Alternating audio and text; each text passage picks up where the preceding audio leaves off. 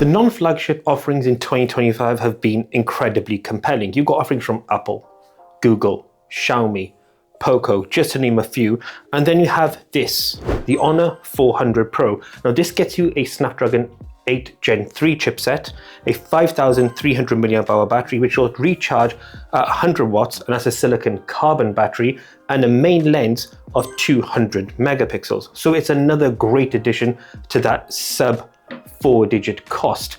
And Honor on this particular phone, as it has recently, has bet really big on AI. On the Honor 400 Pro, you get a cavalcade of AI features. In fact, it has one really unique feature that isn't yet available here in the UK, but it's due to come out very soon, and that is the implementation of Google's Veo 2 image to video generation. So this is pulled from Honor's website to give you an idea as to what you can achieve from a still photo into video, which is wild. But on top of that, you get some of the most useful AI features on any smartphone built into Honor's Magic OS 9. Things like being able to use your knuckle to then tap and circle to search content, highlight it, drag it into the Magic Portal, as they call it, to then be able to access that in a very quick and timely manner. So text into notes, for example, being able to summarize, expand, or even reduce the quantity of the note down is a really useful feature. And Magic OS 9 is promised on the Honor 400 Pro for a minimum of 6 years, which is sick. So 6 OS updates, not necessarily years, all major ones,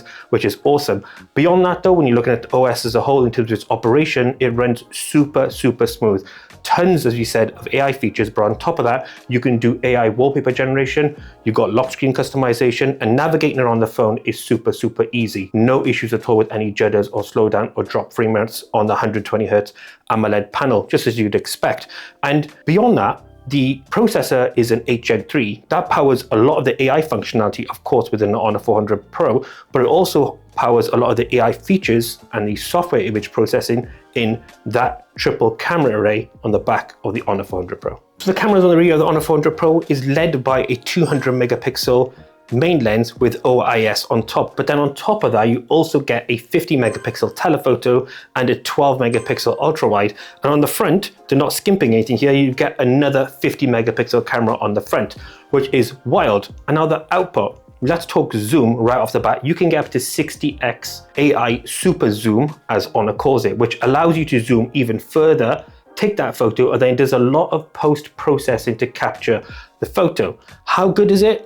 Questionable. You have to have a really bright, right environment to take this and get a reasonable photo that is usable. For most instances, I would say it's not necessarily all that usable, which is fine. Up to 10x though, you still get a super punchy, very clear photo. As a whole, the camera systems, if we go ultra wide, wide, and telephoto in its totality, performs very well. Really good image quality, does a really good job of producing nice colors in a balanced way. This is a vivid camera profile as well, just to give you an idea, not the natural tone that you can get on Honor's Magic OS camera app, which is cool. And then if you move on to night mode, again, you're getting super detailed, punchy shots. It does an incredibly good job of recognizing shadows and darker areas and not being able to then over punch them with color, which is awesome. And then video, you get 4K 60 at the top end. Again, really punchy, looks really great, very usable. Again, not cinematic, not at the level of some of like the top end flagships you're going to get,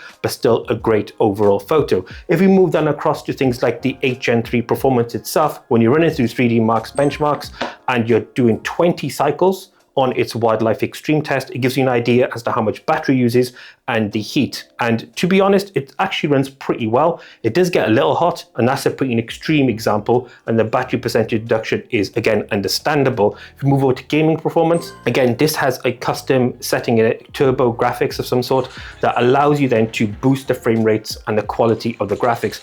To be honest, quite difficult to tell, in all honesty, but the option to actually move from balance to gaming mode within the game itself is super helpful. And again, running on max on FPS, max on video quality, runs extremely well, no issues at all. And then charging, you get 100 watts wired charging on that 5,300 mAh battery, which is awesome. So recharges super quickly. And as a whole, in its totality, the Honor 400 Pro in terms of performance is top tier. But how do we wrap up our final thoughts on the Honor 400 Pro?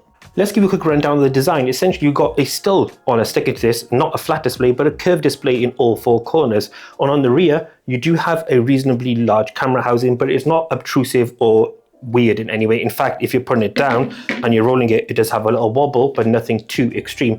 It does feel super, super well built, very premium. And I'd probably say get in the silver because this black is slightly a bit boring. But as a whole, there are a few downsides to this Honor 400 Pro.